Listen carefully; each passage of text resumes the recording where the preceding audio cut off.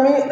last ক্লাছত আমি কি পঢ়িলো আমি লাস্ট ক্লাছত ইণ্ডিয়ান পলিটি হিষ্ট্ৰিকেল বেকগ্ৰাউণ্ড পঢ়িছিলো মানে আমি ইণ্ডিয়ান পলিটি মানে ইণ্ডিয়ান কনষ্টিটিউশ্যনৰ আমি কি পঢ়িছিলো আমি বেকগ্ৰাউণ্ড পঢ়িছিলো তাৰ মানে কেনেকৈ সংবিধানখন বনাৰ ওচৰলৈকে আমি গৈ আছিলো হয়নে সো প্ৰথমে কি হৈছিল আমাৰ ৰেগুলেটিভ এক্ট বিলাক আহিছিলে ৰেগুলেটিভ এক্ট কেনেকৈ আহিলে সেইখিনি ক'লো পিটছ ইণ্ডিয়া এক্টৰ বিষয়ে চালো হয়নে সো এনেকৈ গৈ গৈ গৈ গৈ এটা সময়ত কি হ'বগৈ তোমাৰ সংবিধান সভাৰ গঠন হ'বগৈ আৰু সংবিধান সভাৰ ড্ৰাফটিং কমিটি কোন থাকিব তোমাৰ ইউনিয়ন কমিটিত কোন থাকিব আমি গোটেইখিনি একেটা ভিডিঅ'তে শেষ কৰিব নোৱাৰো যিহেতু ক্লাছটো আমাৰ এটা ক্লাছৰ পাছত আমাৰ বেলেগ ছাবজেক্টো থাকে সো সেইকাৰণে আমি কি হ'ব আমি চিৰিয়েলি প্ৰতিটো ক্লাছতে গোটেইবিলাক বস্তু ডিছকাশ্যন কৰি গৈ থাকিম ঠিক আছে নে সো লাষ্ট ক্লাছত আমি কি পঢ়িলে এবাৰ ৰিভাইজ কৰি দিছোঁ মই লাষ্ট ক্লাছত আমি এক্ট 1773 বিষয়ে চাইছিলোঁ আমি লাষ্ট ক্লাছত 1773 ৰেগুলেটিং এক্টৰ বিষয়ে মই কৈছিলোঁ হয়নে এই ৰেগুলেটিং এক্টত কি আছিলে এই ৰেগুলেটিং এক্টত আমাৰ কি আছিলে এই ৰেগুলেটিং এক্টত আছিলে ইয়াত কোৱা হৈছিলে যে বম্বে আৰু মাদ্ৰাজ হয়নে বম্বে আৰু মাদ্ৰাজক কি কৰা হৈছিলে বম্বে আৰু মাদ্ৰাজক তোমাৰ সাবঅৰ্ডিনেট কৰি দিয়া হৈছিলে কাৰ সাবঅৰ্ডিনেট কৰা হৈছিলে ইয়াত তোমাৰ বেংগলৰ সাবঅৰ্ডিনেট কৰি দিয়া হৈছিলে আৰু বেংগলক সুপ্ৰিম পাৱাৰ বনাই দিয়া হৈছিলে আৰু লগতে বেংগলত এজন কি আছিলে গভৰ্ণৰ অফ বেংগলক কি কৰা হৈছিলে তোমাৰ গভৰ্ণৰ জেনেৰেল অফ বেংগল বুলি কৈ দিয়া হৈছিলে আৰু লগতে তাত সুপ্ৰিম কোৰ্টৰ এষ্টাব্লিছমেণ্ট হৈছিলে ৰাইট তাৰপৰা আহিলে তোমাৰ 1784 পিটছ ইণ্ডিয়া এক্টৰ বিষয় হয়নে ওকে স্যাৰ ঘুষ খোৱা কথা নকলে নেটিভৰ পৰা ব্ৰাইব ল'ব নোৱাৰাটো এইবোৰ সৰু কথা সেইবোৰ সাধাৰণ সেইবিলাক পৰীক্ষাত নাহে বুজিছেনে সো যিবিলাক তুমি এতিয়া মই টিচাৰ হিচাপে তোমাক মই সব ক'ব পাৰো যে এইখিনি পঢ়িব লাগিব এইখিনি পঢ়াৰ পৰা একো লাভ নাই সো যিখিনি এক্সাম অৰিয়েণ্টেড হয় সেইখিনি পাবা আৰু মই যি পঢ়াইছো এইখিনি পৰীক্ষাত আহিবই বুজিছেনে সো তুমি কোৱা এটা সৰু পইণ্ট মই এটা ডিসৰেগাৰ্ড কৰিছো কাৰণ এইকেইটা তোমালোকক ইমানখিনি দি পেলাই লাভ নাই ন অকল পিডিএফৰ সাইজটো ডাঙৰ কৰি দিয়া হ'ব ৰাইট সো পিডিএফৰ সাইজটো ডাঙৰ নকৰি পেলাই আমি মুঠৰ ওপৰত আমি যিখিনি লাগে আমি সেইখিনি পঢ়াটো আমাৰ ইম্পৰ্টেণ্ট কথা ঠিক আছে নে সো কমেণ্ট অফ কৰা নেক্সট ওয়ান 1784 আমাৰ পিটছ ইণ্ডিয়া এক্ট আহিছিলে 1784 কি আছিল পিটছ ইণ্ডিয়া এক্টৰ বিষয়ে চালো 1784 পিটছ ইণ্ডিয়া এক্ট পিট কোন হয় তোমাৰ উইলিয়াম পিট কোন হয় তোমাৰ ইংলেণ্ডৰ প্ৰধানমন্ত্ৰী আছিলে পিটছ ইণ্ডিয়া এক্টত কি হৈছিল তোমাৰ দুখন বৰ্ডৰ সৃষ্টি কৰা হৈছিলে একদম বস্তুবিলাক মনত নাৰাখিবা বস্তুবিলাক তোমালোকে বুজা ঠিক আছে নে বস্তুবিলাক বুজিব লাগিব আমি বস্তুবিলাক আমি কেতিয়াও ৰিমেম্বাৰ কৰিব ট্ৰাই কৰিব নালাগে মানে মুখস্থ নহয় জাষ্ট বুজিলে তুমি সব পাই যাবা সো পিটছ ইণ্ডিয়া কি আছিলে তোমাৰ ৰেগুলেটিং এক্টক ৰেক্টিফাই কৰিবৰ কাৰণে 1784 তোমাৰ কি আহিছিলে পিটছ ইণ্ডিয়া এক্ট আহিছিলে পিটছ ইণ্ডিয়া এক্টত তোমাৰ কামবিলাক দুভাগ কৰিছিলে কমাৰ্চিয়েল কৰিছিলে আৰু এটা ৰাজনৈতিক কামবিলাকত দুভাগ কৰিছিলে তাৰ কাৰণে দুখন বোৰ্ড গঠন কৰিছিলে এখন আছিলে তোমাৰ বোৰ্ড অফ কণ্ট্ৰল হয়নে বোৰ্ড অফ কণ্ট্ৰল এখন আছিলে আৰু এখন তোমাৰ কি আছিলে বোৰ্ড অফ ডাইৰেক্টৰ হয়নে বোৰ্ড অফ ডাইৰেক্টৰ এইখিনি কথা মই ডিটেইল ক'ব লাগিব নে নালাগে কাৰণ কালি ক্লাছত আমি এইখিনি ডিটেইল ডিসকাশন কৰা আছে হয়নে board of director okay so তাৰ আহিলে আমাৰ সেকেন্ড খন তোমাৰ থাৰ্ড খন গেল 1786 তোমাৰ চাৰ্টাৰ এক আহিলে আৰু চাৰ্টাৰ এক্ট অহাৰ তাৰ মানে কি আহিলে তাৰ মানে কি হ'ল তোমাৰ গভৰ্ণৰ জেনেৰেলক ভেটো পাৱাৰ দিয়া হ'ল তাৰ মানে গভৰ্ণৰ জেনেৰেলক অলপ পাৱাৰফুল কৰি দিয়া হ'ল তাৰ মানে এইটো কোৱা হ'ল যে কিবা ল যদি পাছ কৰিব লগা হয় যদি কিবা ল পাছ হ'ব লগা হয় কাৰ পাৰমিশন লাগিব তোমাৰ গভৰ্ণৰ জেনেৰেলক কি লাগিব তোমাৰ পাৰমিশন দৰকাৰ হ'ব সেইখিনিকে আমি লাষ্ট ক্লাছত ক'লো তাৰপৰা কি ক'লো মই যে 1813 কি আহিলে তোমাৰ 1813 চাৰ্টাৰ এক্ট আহিলে সেই চাৰ্টাৰ এক্টখনৰ মতে British East India company monopoly দিয়া হ'ল টি আৰু চাইনাৰ লগত ট্ৰেড কৰিবৰ কাৰণে শিক্ষাৰ ক্ষেত্ৰত তেওঁলোকক 1 লাখ টকা কি কৰা হ'ল খৰচ কৰিবৰ কাৰণে কোৱা হ'ল খ্ৰীষ্টিয়ান ধৰ্ম প্ৰচাৰৰ কাৰণে তেওঁলোকক কোৱা হ'ল যে তোমালোকে খ্ৰীষ্টিয়ান মানে মিছনাৰী ধৰ্ম মানে কি পাৰিবা তোমালোকে প্ৰচাৰ কৰিব পাৰিবা বুলি কোৱা হ'ল ৰাইট 1813 কি হ'ল তোমাৰ 1830 কি হ'ল তোমাৰ বিএসসি যেটো মনোপলি আছিলে ব্ৰিটিছ ইষ্ট ইণ্ডিয়া কোম্পানী যেটো মনোপলি আছিলে সেই মনোপলি কেনসেল কৰা হ'ল লগতে তোমাৰ ল অফিচাৰ এজন নিয়োগ কৰা হ'ল ল অফিচাৰজনক কিয় নিয়োগ কৰা হ'ল ল অফিচাৰজনে যাতে চাব পাৰিব যাতে ৰাইজৰ কি নহয় তোমাৰ ভাৰতৰ মানুহৰ মাজত থকা যেটো ধৰ্মীয় ভাৱনা ধৰ্মীয় যেটো বিশ্বাস এই ধৰ্মীয় বিশ্বাসত যাতে আঘাত নাহানে সেইকাৰণে তেওঁলোকে সমাজত ইকুৱেলিটিৰ ওপৰত ধ্যান দিলে সেই ইকুৱেলিটিৰ ওপৰত ধ্যান দিবলৈ যোৱাৰ কাৰণে ভাৰতৰ মানুহে তেওঁলোকক বেয়া পালে কিয় বেয়া পালে চোৱা ইকুৱেলিটিৰ ওপৰত ধ্যান দিবলৈ যোৱা মানে কি তেওঁলোকৰ মতে কি হৈছিল তোমাৰ যে হিন্দু মুছলমান একে সকলো মানুহ একে উচ্চ নিচ তেতিয়া বহুতখিনি আছিলে আমি জানো নে কাষ্টছিজম আছিলে সময়ত বহুত মানে উচ্চ নিচ বুলি একো কথা নাই কাষ্টছিজমৰ ওপৰত কথা ক'লে তেওঁলোকে এই ল অফিচাৰ নিয়োগ কৰা হ'ল কাৰণে আৰু এই ল অফিচাৰ অহাৰ পাছতে তেওঁলোকে আৰু কি কৰিলে গভৰ্ণৰ জেনেৰেল যিজন আছিলে মানে গভৰ্ণৰ জেনেৰেল যিজন আছিলে তোমাৰ সেইজনক কোৱা হ'ল অলপ পদোন্নতি কৰা হ'ল তোমাৰ কি গভৰ্ণৰ জেনেৰেল অফ বেংগলৰ পৰা কি কৰা হ'ল তোমাৰ গভৰ্ণৰ জেনেৰেল অফ ইণ্ডিয়া কৰি দিয়া হ'ল তেওঁলোকে ভাবিলে যে এখন জেগাকে আমি এখন জেগাকে ইমান সুপাৰ পাৱাৰ কৰি দিয়াতকে আমি গোটেই ভাৰতখনৰ ওপৰত চকু দিওঁ সো ভাৰতখনৰ ওপৰত চকু দিব লোৱাৰ কাৰণে গভৰ্ণৰ জেনেৰেল অফ বেংগলৰ কি কৰা হ'ল তোমাৰ গভৰ্ণৰ জেনেৰেল অফ ইণ্ডিয়া বুলি কৰি দিয়া হ'ল ওকে সো 1853 কি হ'ল তোমাৰ 1853 এই আগত যে 1830 যে ল অফিচাৰ আছিলে সো ল অফিচাৰ কমিটি বনাই দিয়া হ'ল তাৰমানে ল কমিশন বনাই দিয়া হ'ল তাৰপৰা কোৱা হ'ল যে যদিহে সেই সময়ত কি হৈছিলে তোমাৰ এই ব্ৰিটিছ অথৰিটি যদি জব কৰিব লগা হয় মানুহবিলাকৰ পৰা পইচা লৈ পেলাই জবত কি কৰা হয় তোমাৰ ভৰ্তি কৰাই দিয়ে কিন্তু তেতিয়া কোৱা হ'ল যে আমি অপেন কম্পিটিশ্যন কৰিম খোলা প্ৰতিযোগিতা পাতিম দিছেনে সব পৰীক্ষা যে পাছ কৰিব সেইসকলে চাকৰি কৰিব পাৰিব তেওঁলোকে ক'লে বাল্য বিবাহ ৰোধ কৰিলে বিধৱা পুনৰ বিবাহত তেওঁলোকে মানে কথা পাতিলে হয়নে সতীদাহ প্ৰথা যেনেকুৱা এটা চিষ্টেম হয়নে সো কি হয় তোমাৰ যেতিয়া হাজবেণ্ড ঢুকায় তেতিয়া ৱাইফক কি হয় চিতাত তুলি দিয়া হয় সো সেইসমূহ ব্যৱস্থা তেওঁলোকে কৰিলে নাইকিয়া কৰিলে সো 1853 লৈকে আমাৰ হৈ গ'ল তাৰপৰা আহিলে 1858 বুলি কি বুলি কোৱা হয় তোমাৰ গভৰ্ণমেণ্ট অফ ইণ্ডিয়া এক্ট এই গভৰ্ণমেণ্ট অফ ইণ্ডিয়া এক্টৰ দ্বাৰা তোমাৰ কি কৰা হ'ল তোমাৰ British East India company cancel কৰা হ'ল ব্ৰিটিছ ইষ্ট ইণ্ডিয়া কোম্পানীয়ে ফৰ্মেশ্যন কৰা court of director board of control দুইটা কি হ'ল তোমাৰ কেনচেল কৰা হ'ল ডুৱেল গভৰ্ণমেণ্ট এবলিছ কৰা হ'ল 15 মেম্বাৰ কাউন্সিল এখন মানে গঠন কৰি দিয়া হ'ল সেক্ৰেটাৰী অফ ষ্টেটক কি কৰিবৰ কাৰণে এছিষ্ট কৰিবৰ কাৰণে ঠিক আছে নে আৰু ইয়াৰ দ্বাৰা কি কৰা হ'ল তোমাৰ আমাৰ মানে ভাৰতৰ শাসন কাৰ হাতলৈ গুচি গ'ল তোমাৰ এই ইংলেণ্ডৰ ৰজাৰ ওচৰলৈ গুচি গ'ল গভৰ্ণৰ জেনেৰেলটো কেনচেল কৰা হ'ল গভৰ্ণৰ জেনেৰেলৰ ঠাইত কি নিযুক্তি দিয়া তোমাৰ ভাইসৰয় অফ ইণ্ডিয়া বুলি নিযুক্তি দিয়া হ'ল হয়নে আৰু এটা নতুন পোষ্ট সেক্ৰেটাৰী অফ ষ্টেট মানে ৰাজ্য সচিব ইংলেণ্ডৰ এটা পোষ্ট ক্ৰিয়েট কৰা হ'ল যিজনে কৰিব তোমাৰ ভাৰতত থকা গভৰ্ণৰ জেনেৰেল অফ ইণ্ডিয়া কি কৰিব তদাৰক কৰিব পৰা ক্ষমতা দিলে আৰু কি হ'ল তোমাৰ শাসন কাৰ হাতলৈ গ'ল ৰজা হাতলৈ মানে ৰজা হাতলৈ গুচি গ'ল আৰু ৰজা হাতৰ পৰা ৰাণীলৈ কেতিয়া স্থানান্তৰ কৰা হ'ল শাসন তোমাৰ 1876 কি হ'ল তোমাৰ ৰজা হাতৰ পৰা শাসন তোমাৰ ৰাণীলৈ স্থানান্তৰ কৰা হ'ল এইখিনি আমি লাষ্ট ক্লাছত পঢ়িলো তোমাৰ দিদা আছে নেকি লাগে এইখিনি কিমান দিদা পাইছা এইখিনি গোটেইখিনি কমপ্লিট হোৱাৰ পাছত আজি আমি পঢ়িবলৈ আছে কি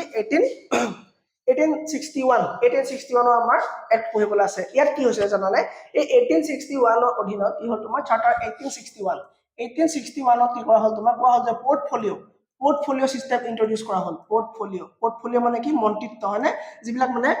মন্ত্ৰালয় মানে মন্ত্ৰালয় ব্যৱস্থা ওকে মন্ত্ৰালয় ব্যৱস্থা কৰি দিয়া হ'ল মানে মন্ত্ৰালয় ব্যৱস্থা কৰি দিয়া হ'ল মানে শাসন কি হ'ল তোমাৰ মন্ত্ৰালয় ব্যৱস্থা ইন্ট্ৰোডিউস কৰা হ'ল আৰু লগতে তাতিয়া তোমাৰ কি হ'ল তোমাৰ আইপিসি আৰু হাই কোৰ্টৰ ইন্ট্ৰোডিউস কৰা হ'ল তেতিয়া তোমাৰ আইপিসি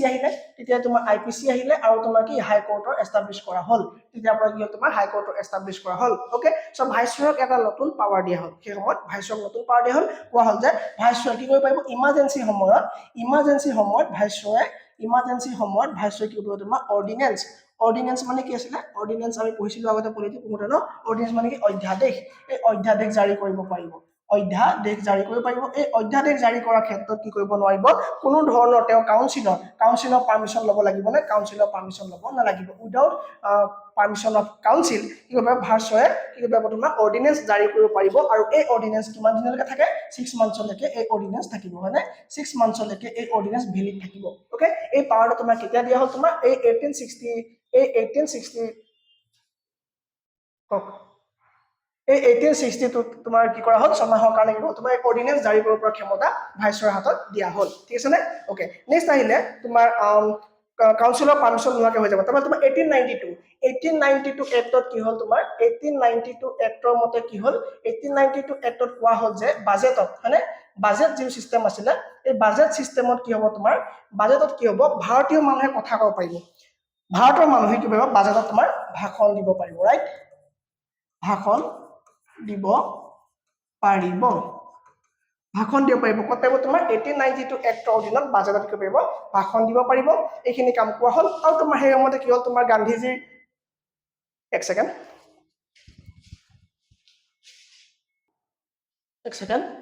ছাৰজন আহিছিলে হা কিবা কথা এটা ক'বৰ কাৰণে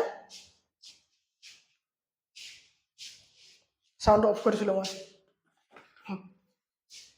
মই নাই অফ কৰা নাই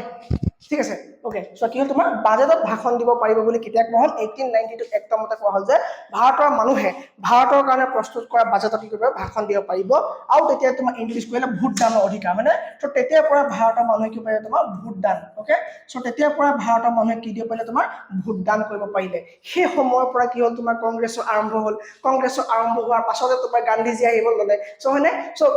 কংগ্ৰেছৰ আৰম্ভণি হোৱাৰ পাছতে তোমালোকৰ কি হ'ল অলপ ভাল হ'ল সো কংগ্ৰেছ যেতিয়া এস্টাবলিশ হৈছিলে এও হিউমৰ দ্বাৰা কংগ্ৰেছ যেতিয়া এস্টাবলিশ হৈছিলে তেতিয়া ব্ৰিটিছে ভাবিছিলে যে কংগ্ৰেছে আমাৰ হৈ কাম কৰিব কিন্তু কি হ'ল তোমাৰ কংগ্ৰেছটো এনেকুৱা হৈ গ'ল তোমাৰ নেশ্যনেল কংগ্ৰেছ এটা মঞ্চ হৈ গ'ল এটা প্লেটফৰ্ম হৈ গ'ল য'ত গোটেই ভাৰতৰ মানুহবোৰ একেলগে ইউনাইট হ'ব পাৰে হয়নে সো ইণ্ডিয়ান নেশ্যনেল কংগ্ৰেছৰ বিষয়ে মই হিষ্ট্ৰীত পঢ়াই থোৱা আছে সো হিষ্ট্ৰীৰ কথাখিনি এতিয়া মই নকলো হ'ব তাত গৈ চাইলে তোমালোকে এইখিনি বেটাৰ আণ্ডাৰষ্টেণ্ডিং হৈ যাব ৰাইট সো এতিয়া কথা হ'ল যে যেতিয়া কংগ্ৰেছটো ইন্ট্ৰোডিউস হৈ গ'ল যেতিয়া কংগ্ৰেছ আহি গ'ল সো তেতিয়া কি হ'ল তোমাৰ কংগ্ৰেছ আহি যোৱাৰ লগে লগে তাহাঁতি কংগ্ৰেছে ভাল কাম কৰিব ল'লে ইউনাইট কৰিব ল'লে সো তেতিয়া তেতিয়া দেখিলে যে ব্ৰিটিছে দেখিলে যে নাই নাই নাই এনেকৈ নহ'ব ভাৰতৰ মানুহক আমি সাধাৰণকৈ ল'ব নোৱাৰি ভাৰতৰ মানুহৰ কাৰণে আমি অলপ বিভাজন কৰিব লাগিব 1905 বেংগল বিভাজন কৰি পেলালে হয়নে হিন্দু মুছলমানৰ মাজত ভাগ কৰি পেলাই ৰুল কৰিব ল'লে তেতিয়া দেখিলে যে লাহে লাহে সিহঁতি কৰিলে বেয়া কামবিলাক কৰিবলৈ লাহে লাহে আৰম্ভণি কৰি দিলে চ' এতিয়া কি হ'ল তোমালোকে এখন নতুন এক্ট ইন্ট্ৰডিউচ কৰিলে সিহঁতি চ' কাজিয়া ৰখাই মানে কাজিয়া লগাই ৰাখিবৰ কাৰণে এখন নতুন এক্ট ইন্ট্ৰডিউচ কৰিলে সেইখনৰ নামটো তোমাৰ 1909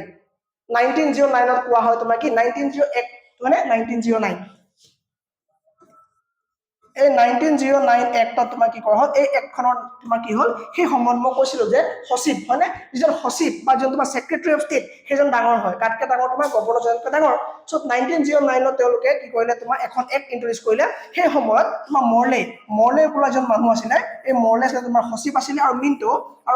মিণ্টো কি আছিল তোমাৰ গভৰ্ণৰ জেনেৰেল আছিলে মানে গভৰ্ণৰ জেনেৰেল আছিলে সৰি ভাইচৰয় আছিলে ঠিক আছে চ' মৰলে মিণ্টো ৰিফৰ্ম বুলিও এই এক্টখনক ক'ব পাৰি এই এক্টখনক তোমাৰ কি বুলি ক'ব পাৰি মৰলে মিণ্টো ৰিফৰ্মছ বুলি ক'ব পাৰি কিয় ক'ব পাৰি কাৰণ সেই সময়ত মৰলে কি আছিল মৰলে আছিলে তোমাৰ সেক্ৰেটাৰী অফ ষ্টেট আৰু মিণ্টো কি আছিলে মিণ্টো তোমাৰ ভাইচৰয় ঠিক আছে নে চ' তেওঁলোকে 1909ত এখন কি কৰিলে এক্ট ইন্ট্ৰডিউচ কৰিলে এই এক্টখন ইন্ট্ৰডিউচ কৰি পেলাই তেওঁলোকে কি কৰিলে গম পোৱা নে প্ৰথমে পৃথক নিৰ্বাচন ক্ষেত্ৰ দিলে সেপাৰেট ইলেক্টৰেট দিলে কাক দিলে মুছলমানক কি দিলে মুছলমানক তোমাৰ সেপাৰেট ইলেক্টৰেট সেপাৰেট ইলেক্টৰেট কাক দিলে তোমাৰ মুছলমানক কি দিলে সেপাৰেট ইলেক্টৰেট দিলে ঠিক আছে কি দিলে মুছলমানক সেপাৰেট ইলেক্টৰেট দিলে সেপাৰেট ইলেক্টৰেট মানে কি তোমাৰ পৃথক নিৰ্বাচন ক্ষেত্ৰ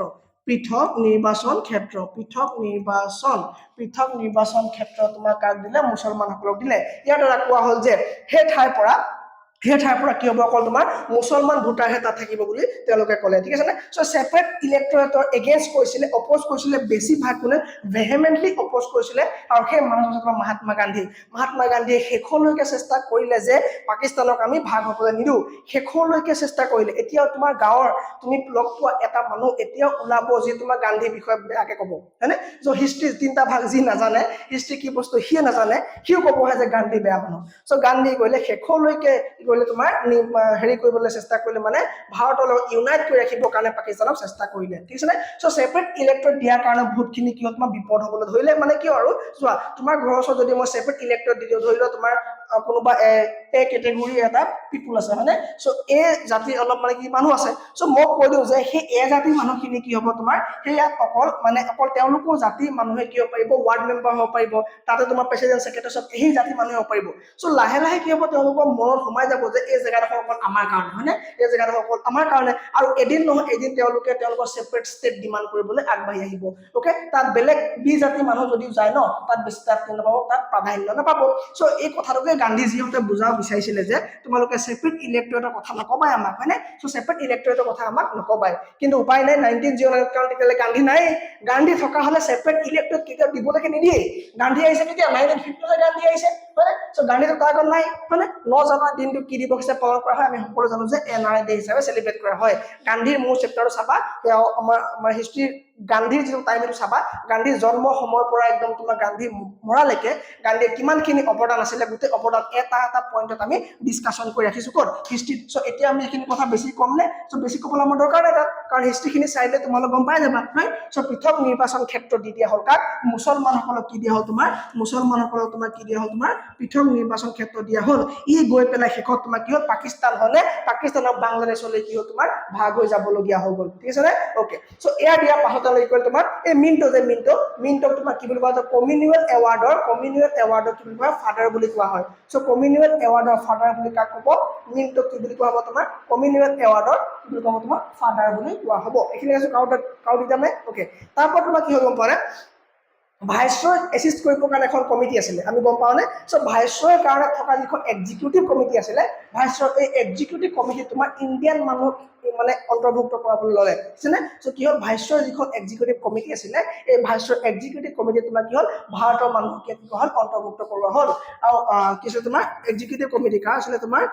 এক্সিকিউটিভ কমিটি অফ কি ভাইচৰয় হয়নে ভাইচৰয় এক্সিকিউটিভ কমিটি তোমাৰ কি হ'ল তোমাৰ ভাৰতৰ মানুহক অন্তৰ্ভুক্ত কৰোৱা হ'ল প্ৰথম ভাৰতীয় পুৰুষ তোমাৰ গম পোৱা নে সত্যেন্দ্ৰ প্ৰসাদ সত্যেন্দ্ৰ প্ৰসাদ সিনহা এই সত্যেন্দ্ৰ প্ৰসাদ সিনহা তোমাৰ কোন আছিল প্ৰথম ভাৰতীয় আছিল যি কি হল তোমাৰ ভাইসৰয় এক্সিকিউটিভ কমিটি কি হৈছিল অন্তৰ্ভুক্ত হৈছিল এখিলৈকে বুজি পাইছানে ঠিক আছে এখিলে স্যাৰ ইন্ডিয়ান কাউন্সিল এক্ট 1909 আৰু ডিটেইল কক আৰু বুজি নাই পোৱা আৰু কৈছো মই চোৱা ইন্ডিয়ান কাউন্সিল এক্ট 1909 মই আকৌ কৈছো Indian council act Indian council act এই ওয়ার্ডটো লগত থাকি গল ইন্ডিয়ান কাউন্সিল এক্ট 1909 এই এক্টখনক তোমাৰ কি বুলি কোৱা হয় মৰলে মিন্টো ৰিফৰ্ম বুলি কোৱা হয় কিয় কোৱা হয় মৰলে মিন্টো ৰিফৰ্ম বুলি কাৰণ কি মৰলে কোন আছিল তোমাৰ মৰলে আছিল তোমাৰ সেক্ৰেটাৰি অফ ষ্টেট আৰু মিন্টো আছিল কি সেই সময়ত ভাইসৰয় ঠিক আছে নে এইখনে তোমাৰ প্ৰথম কাম কি কৰিলে এখন তোমাৰ সেপাৰেট ইলেক্টৰেট দিলে মই কি কলো যে প্ৰথমে কলে সেপাৰেট ইলেক্টৰেট দিলে হয়নে কি দিলে সেপাৰেট ইলেক্টৰেট দিলে ৰাইট এক নম্বৰ পইণ্ট কি কলো মই সেপাৰেট ইলেক্টৰেট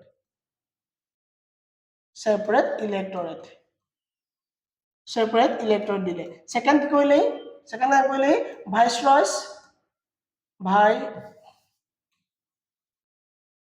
viceroys যিখন এক্সিকিউটিভ কাউন্সিল আছিল এই এক্সিকিউটিভ কাউন্সিলত তোমাৰ কি কৰিলে তোমাৰ ভাৰতীয় মানুহক অন্তৰ্ভুক্ত কৰিলে প্ৰথম কোনে তোমাৰ সত্যেন্দ্ৰ মানে সত্যেন্দ্ৰ প্ৰসাদ ওকে সত্যেন্দ্ৰ প্ৰসাদ সিনহা কি কৰিলে তোমাৰ এপয়েন্টমেন্ট কৰিলে নেক্সট কি কৰিলে তোমাৰ গম পালে তাৰ যিটো এক্সিকিউটিভ কাউন্সিল আছিল যে তোমাৰ মানে সাইজ অফ লেজিসলেটিভ যিটো কাউন্সিল আছিল সেই লেজিসলেটিভ কাউন্সিলৰ সাইজটো তোমাৰ ডাঙৰ কৰিলে চোৱা তাত তোমাৰ দুখন কাউন্সিল বনাইছিলে সেন্ট্ৰেলৰ কাৰণে আৰু তোমাৰ প্ৰভিন্সৰ কাৰণে ঠিক আছে না সো সেন্ট্ৰেলৰ কাৰণে মানে হোল ইন্ডিয়াৰ কাৰণে ঠিক আছে না হোল ইন্ডিয়াৰ কাৰণে এখন কি বনাইছে তোমাৰ এখন বনাইছিলে তোমাৰ কি কাউন্সিল আৰু তোমাৰ প্ৰভিন্সৰ বিলাকৰ কাৰণে এখন বনাইছিলে কাউন্সিল সো ক'লে যে এই একখনৰ একৰ্ডিং কি কোৱা হল এই একখনৰ একৰ্ডিং কোৱা হল যে প্ৰভিন্সত যিমান বিলাক মানে প্ৰান্তীয় হয়নে প্ৰান্ত বিলাকত হয়নে সো প্ৰান্ত বিলাকত যিমান লেজিসলেটিভ এসেম্বলি আছে মানে লেজিসলেটিভ কাউন্সিল আছে আৰু যিবিলাক তোমাৰ সেন্ট্ৰেলত যিখন তোমাৰ কাউন্সিল আছে সবতে কি কৰা হল তোমাৰ ইনক্ৰিজ কৰা হল কি সাইজটো তাৰ ইনক্ৰিজ কৰা তোমাৰ তাৰ মেম্বাৰ কি হল তোমাৰ বঢ়াই দিয়া হল তো মেম্বাৰ কিমান বঢ়াই দিয়া হল তোমাৰ 16 পৰা 60 কৰি দিয়া হল ঠিক আছে নে সো সাইজ অফ legislative যিখিনি কম সেইখিনি তাতকে বেছি নকইবা দেই legislative size of legislative council কি কল তোমাৰ 16 মেম্বাৰ পৰা তোমাৰ কিমান কল তোমাৰ 60 মেম্বাৰলে কৰি দিয়া হল আৰু তাতে তোমাৰ কি হল ভাৰতৰ মানে মানুহক কি হল ইন্ট্ৰোডিউস কৰা হল তাবা কি হল তোমাৰ এইখিনি কথা মই কলোৱে হয়নে সো নেক্সট এখন ল আহিব তোমাৰ কি government of India act 1919 okay government of India act 1919 তাৰ তুমি সেইখনক তুমি মন্টেগো চেমছফৰ্ড বুলি ক'ব পাৰা কি ক'ব পাৰা তুমি মন্টেগো চেমছফৰ্ড বুলি ক'ব পাৰা কিয় ক'ব পাৰি তাত তোমাৰ কি কৰা হল তাত তোমাৰ কিমান তাত তোমাৰ ৰিফৰ্মেশন কৰা হল কি কৰা হল তোমাৰ তাত কোৱা হল যে ভাৰতীয় মানুহ ডিমান্ড কৰিলে যে ভাৰতীয় ৰাজ্যবিলাকত কি হ'ব মানে যিবিলাক প্ৰভিন্স আছে সেই প্ৰভিন্সৰ শাসন আমাক সম্পূৰ্ণ লাগে সেইটো লাগে চেন্ট্ৰেলতো আমাক আধা লাগে বুলি ক'লে সো ভাৰতৰ মানুহে কি ক'লে যে এক সেকেন্ড ফেনখন লগাই লৈছো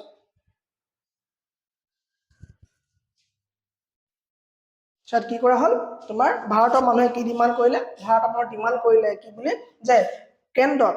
আমাক আধা শাসন আমাক লাগে আৰু কি হ'ব প্ৰভিন্স বিলাকৰ থকা সম্পূৰ্ণ এডমিনিষ্ট্ৰেটিভ কন্ট্ৰোল কি লাগে আমাক লাগে বুলি ক'লে আৰু সেই সময়তে তোমাৰ কি আৰম্ভ হল সেই সময়তে তোমাৰ 1919 ৰ সময়তে তোমাৰ কি আৰম্ভ হৈ গল লাহে 1919 ৰ সময়ত তোমাৰ আৰম্ভ হৈ গল কি তোমাৰ জালিয়াৱালা বাগ হয়নে সো জালিয়াৱালা বাগ আৰম্ভ হৈ গল সো ভাৰতৰ কি হল ভাৰতৰ মানুহবিলাকৰ শক্তি দেখি পেলাই তেওঁলোক আচৰিত হ'ল হয়নে সো 1919 ৰ এক্টৰ সময়ত দেখিলে তোমাৰ জালিয়াৱালা বাগ দেখিলে তাৰ পাছতে গভৰ্ণমেন্ট অফ ইন্ডিয়া এক্ট 1935 আহিব গভৰ্ণমেন্ট অফ ইন্ডিয়া এক্ট 1935 কি কৰা হ'ব যে তুমি গম পোৱা নাই এই গভৰ্ণমেন্ট অফ ইন্ডিয়া এক্ট 1935 খন কি হয় ভাৰতৰ সংবিধানৰ 80% আমি গভৰ্ণমেন্ট অফ ইন্ডিয়া এক্টৰ পৰা লৈছিলো আমি পঢ়িছিলো নে সাইমন কমিশন কি হয় সাইমন কমিশনৰ কোনটো ৰূপক 1935 ৰ এক্ট বুলি কোৱা হয় সেইখিনি কাৰণ তুমি হিষ্ট্ৰি ভিডিও চাব লাগিব সো হিষ্ট্ৰি প্লেলিষ্টত দিয়া আছে সেইখিনি ধুনীয়াকৈ চাই লোৱা এইখিনি বস্তু গোটেইখিনি বুজি পাই যাবা সো ইয়াত কি কোৱা হল যে এই আইনখন অন্য কি মানে কি কোৱা হল যে কি হল তোমাৰ আধা মানে আধা কেন্দ্ৰত আমাক আধা লাগে আৰু কি হল তোমাৰ প্ৰভিন্সৰ যিবিলাক আছে ন সেই প্ৰভিন্সৰ গভৰ্ণমেন্ট খিনি কি লাগে আমাক গোটেইখিনি লাগে বুলি কোৱা হল ওকে ঠিক আছে সো সেই সময়ত তোমাৰ সেকেন্ড ওয়াৰ্ল্ড আৰম্ভণি হ'ব হয়নে সেকেন্ড ওয়াৰ্ল্ড আৰম্ভণি হ'ব কাৰণ 1939 ত সেকেন্ড ওয়াৰ্ল্ড আৰম্ভণি হ'ব সো সেই সময়ত কি হল তোমাৰ ক্লিমেট এটলিয়ে দেখিলে যে মানে তাত তেতিয়া তাত তোমাৰ কি হৈছিল তাত তোমাৰ দেখিছিলে যে ভাৰতৰ কি হৈছে তোমাৰ ভাৰতৰ পৰা সিহঁতে যিমান টকা লৈ যাব লাগে সিমান টকা লৈ যাব পৰা নাই ওকে সো খৰচা বেছি হৈছে সোলজাৰ বিলাক বেছি জখম হৈছে ইয়াত মাৰিছে যোনে মাৰিছে হয়নে সো তেতিয়া ক্লিমেট এটলিয়ে ক'লে যে এইটোৱে ভাল সুবিধা সো লেবাৰ পাৰ্টি তাত ইংলেণ্ডৰ শাসনলৈ অহাৰ কথা ঠিক আছে সো ক্লিমেট এটলে ডিক্লেয়াৰ কৰিলে যে যদি ভাৰতৰ মানুহে মোক সহায় কৰে যদি ভাৰতৰ মানুহে মোক নিৰ্বাচনত জিকা সহায় কৰে তেতিয়া মই কি কৰিম ভাৰতত থকা এই আমাৰ সোলজাৰবিলাক আমি লৈ আহিম লৈ পেলাই ভাৰতক আমি মুক্ত কৰি দিম মানে ভাৰতক আমি স্বাধীন কৰি দিম বুলি ক্লিমেট এটলিয়ে ক'লে সো কি হ'ল ক্লিমেট এটলি এই কথা সবে লাগি দিলে লাষ্টত ক্লিমেট এটলি জিকিলে জিকাৰ পাছতে ক্লিমেট এটলিয়ে 1946 কি কৰিলে ক্লিমেট এটলিয়ে 1946 কি কৰিলে ভাৰতলৈ এখন মিছন পঠিয়ালে যে তোমাৰ কেবিনেট মিছন বুলি কোৱা হয় 1946 কি হ'ল তোমাৰ 1935 মই ক'লো হয় না 1946 কি হ'ল 1946 তোমাৰ ক্লিমেট এটলি কি হ'ল তোমাৰ কেবিনেট মিছন পঠিয়ালে ইয়াৰ নামটো কেবিনেট কি কাৰণে হ'ল ইয়াৰ নামটো কেবিনেট কি কাৰণে হ'ল কাৰণ এই তিনিজন মানুহ ইংলেণ্ডৰ কেবিনেট মিনিষ্টাৰ আছিলে হয় না সো এইকাৰণে ইয়াত তেওঁলোকৰ নাম দিয়া হ'ল কি কেবিনেট মিছনৰ কোন আছিলে তোমাৰ কাল আছিলে হয় না কাল মানে কি ক্ৰিপছ আৰু আলেকজাণ্ডাৰ আৰু লৰেন্স হয় না ক্ৰিপছ আলেকজাণ্ডাৰ লৰেন্স এই তিনিজন মানুহ আহিছিলে ক'লে ভাৰতলৈ আহিছিলে আৰু ভাৰতলৈ আহি পেলাই তেওঁলোকে ভাৰতৰ মানুহক ক'লে যে আপোনালোকে এটা কাম কৰক এটা কাম হ'ল কাৰণ আপোনালোকে চৰকাৰ চলাই পোৱা নাই চৰকাৰ চলোৱা এক্সপেৰিয়েন্স নাই সেইকাৰণে আপোনালোকে কি কৰক আপোনালোকে প্ৰথমে কৰক যে এখন অন্তৰিম চৰকাৰ এখন অন্তৰিম চৰকাৰ মানে কি এখন প্ৰভিজনেল চৰকাৰ বনাওক আপোনালোকে এখন প্ৰভিজনেল চৰকাৰ বনাওক এই প্ৰভিজনেল চৰকাৰখন বনাই আপোনালোকে শিকক এখন ফেক মানে এখন ফেক চৰকাৰ বনাই পেলাই আপোনালোকে শিকক যে চৰকাৰ এখন কেনেকৈ চলাব লাগে দ্বিতীয়তে আপোনালোকে সংবিধান বনোৱা কাম আৰম্ভ কৰক হয়নে আপোনালোকে কৰক সংবিধান বনোৱা কাম আৰম্ভ কৰক সো কি হ'ব তোমাৰ সংবিধান সভাৰ গঠন হয়নে সংবিধান সভাৰ গঠন কৰিবলৈ ক'লে সংবিধান সভাৰ গঠন কৰিবলৈ ক'লে সো এইটো কথা কোনে ক'লে তোমাৰ কেবিনেট মিছনে ক'লে এইফালে ভাৰতৰ পৰা ব্ৰিটিছ বিলাক যোৱা যোজা কৰিলে আৰু ভাৰতত তোমাৰ কি হ'ল সংবিধান সভাৰ মানে কি বনোৱা যোজা কৰিলে সংবিধান সভাত কোৱা হ'ল যে প্ৰতি 10 লাখ মানুহৰ ভিতৰত এজনকৈ কি হ'ব তোমাৰ নিৰ্বাচন কৰিব লাগিব প্ৰতি 10 লাখ মানুহৰ ভিতৰত এই এজনকৈ নিৰ্বাচন কৰি পেলাই তোমাৰ টোটেল 389 জন মেম্বাৰ তোমাৰ নিৰ্বাচন কৰা হ'ল ঠিক আছে এই 389 মেম্বাৰৰ ভিতৰত তোমাৰ পাকিস্তানৰ মানুহ সোমাই আছে বাংলাদেশৰ সোমাই আছে মানে কিয় কাৰণ তেতিয়ালৈকে ভাৰত বিভাজন নাই হোৱা হয়নে সো এই গিজনৰ ভিতৰত তোমাৰ কি হ'ল তাৰ বাকি হ'ল তোমাৰ ভাগ হৈ পেলাই লাষ্টত কি হ'ল তোমাৰ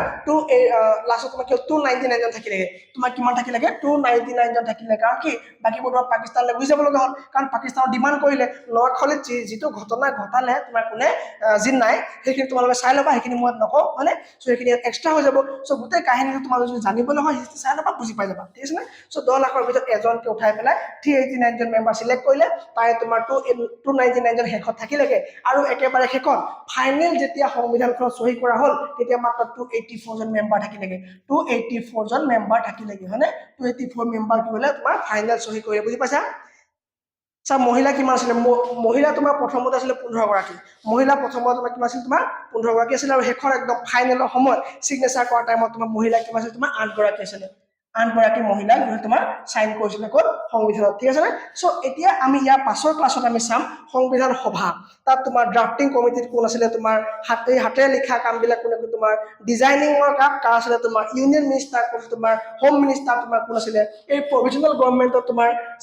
প্ৰাইম মিনিষ্টাৰ কোন আছিল মানে এই গোটেইখিনি আমি কি কৰিম ইয়াৰ নেক্সট ক্লাছত আলোচনা কৰিম ঠিক আছে না